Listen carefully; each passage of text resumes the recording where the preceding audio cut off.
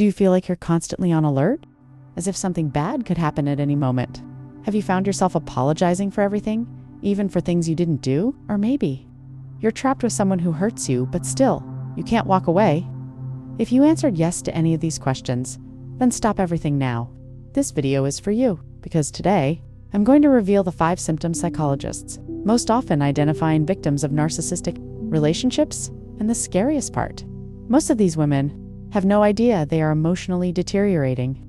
Studies show that relationships with narcissists can trigger symptoms equivalent to PTSD, post-traumatic stress disorder, and the worst part, the pain leaves no visible marks.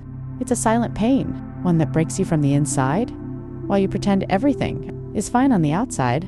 But today, you'll understand. You'll name what you feel, and you'll begin to break the cycle. So like this video, share it with someone who needs to hear it, and subscribe, because here, you're not alone. Get ready. The first symptom might be controlling you right now. Imagine walking on eggshells all the time. Every word calculated, every gesture measured, every silence interpreted. This is the internal state of a victim of a narcissist. Constant anxiety is the body's response to invisible danger. It's as if her mind keeps saying, "Stay alert. Don't relax. Something bad is coming." And it's not an exaggeration. The narcissist creates an environment where unpredictability rules. Today he praises you. Tomorrow he destroys you with a look, and you adapt, trying to prevent the next explosion. Psychologists call this a psychological state where the person is always on, scanning everything, trying to anticipate attacks. It's exhausting. It's painful. And over time, the body collapses. The victim starts having insomnia, rapid heartbeat, shortness of breath, a sense she might faint or go crazy. But when she seeks help, people say, it's just anxiety. But it's not just.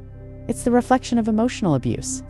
One of the biggest dangers, the woman starts to think she is the problem, that she's too sensitive, too dramatic, too weak. But the truth is, this anxiety is an internal alarm, a cry from the body for help, saying, this place isn't safe. Take a deep breath now. Recognizing this symptom is the first step to breaking the cycle. And the second is knowing you are not the problem. She apologizes for everything, for what she said, what she didn't say, for what others felt. Even when she's the one hurt, she feels guilty for bleeding. This is one of the most devastating symptoms psychologists find: chronic guilt. But where does it come from? The narcissist is a master of inversion. He makes the victim believe she's responsible for his explosions, his stress, his unhappiness. Phrases like, "You provoked me. If you hadn't done that," or "You drive me crazy," are repeated until they become truths in her mind. And then she punishes herself.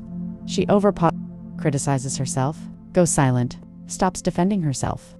This self-punishment shows up in different ways: staying quiet to avoid trouble, giving up her own desires to avoid displeasing, pulling away from friends because maybe I am the problem.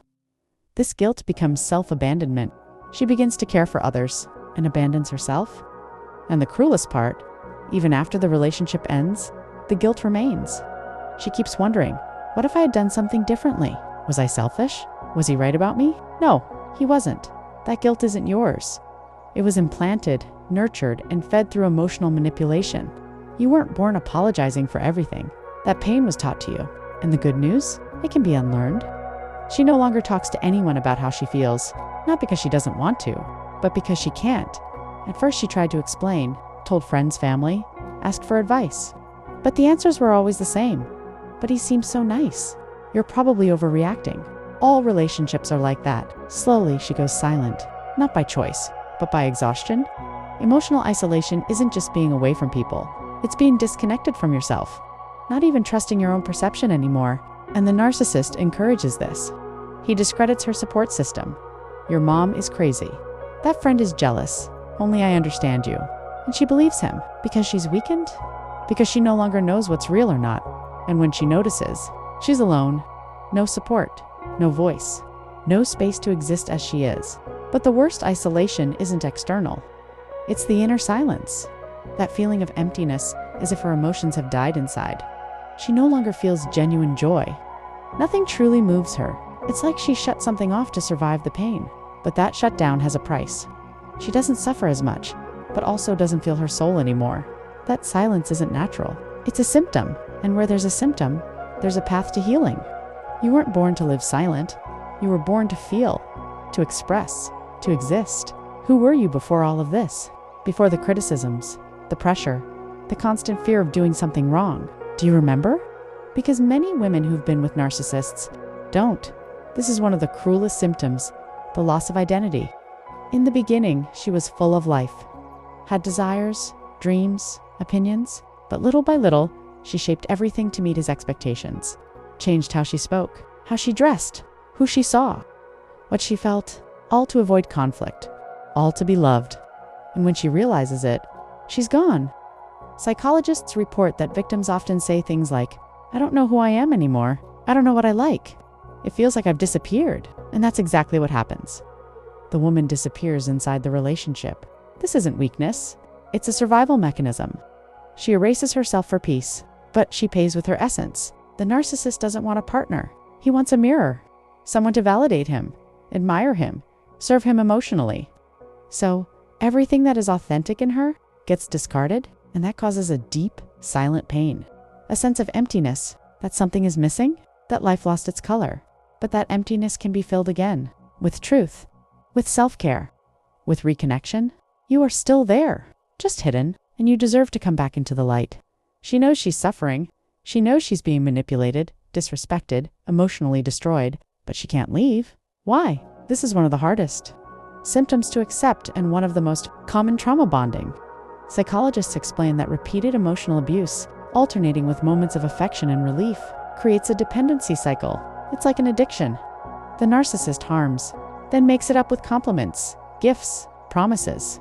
The victim feels pain, and then receives a dose of love. This pattern releases dopamine and adrenaline. The nervous system gets confused. The brain starts linking pain with affection, love with tension, presence with fear. And so, she becomes trapped, not in true love, but in the hope that the good side of him will return. Even knowing deep down that he only comes back to maintain control, she tries to leave, but feels guilt, longing, fear, and she goes back. Because the bond is chemical, emotional, psychological, it's a prison without bars. The cruelest part? She believes she still loves him, but it's not love. It's trauma. It's addiction. It's programming. And getting out of it takes courage, support, and clarity. Staying in the cycle isn't weakness. It's unhealed trauma. And trauma needs care, not judgment. You're not alone. You can break free. And when you do, you'll wonder why you waited so long. But every woman has her time, and only you can take the first step. If you recognized yourself in any of these symptoms, or all of them, I want you to understand something. None of this is your fault. You were exposed to an environment that distorted your view of yourself, of love, and of reality, but now you are aware. And with awareness comes freedom. You're not overreacting. You're not weak. You are not hard to love. You are a woman who survived the invisible, and that alone proves your strength. Practical tips to begin your healing. Seek professional help. Therapists specialized in narcissistic abuse are crucial to rebuilding your self-esteem and your identity. Reconnect with who you were. Make a list of things you used to love. What made you smile? Who were you before you were reshaped? Create a safe support network, a friend, an online group, a therapist. You don't have to do this alone. Set boundaries, even internal ones. You may not be able to leave the relationship immediately, but you can start saying no inside yourself. Forgive yourself. Every day, for staying, for believing, for going back. Healing begins when you meet yourself with compassion. You deserve to find yourself again. You deserve peace. And most importantly, you deserve true love. Starting with self-love. If this video touched your heart, share it with someone who needs to hear this. Like the video, comment, "I want to be free" below, and subscribe to the channel to keep walking this journey with me.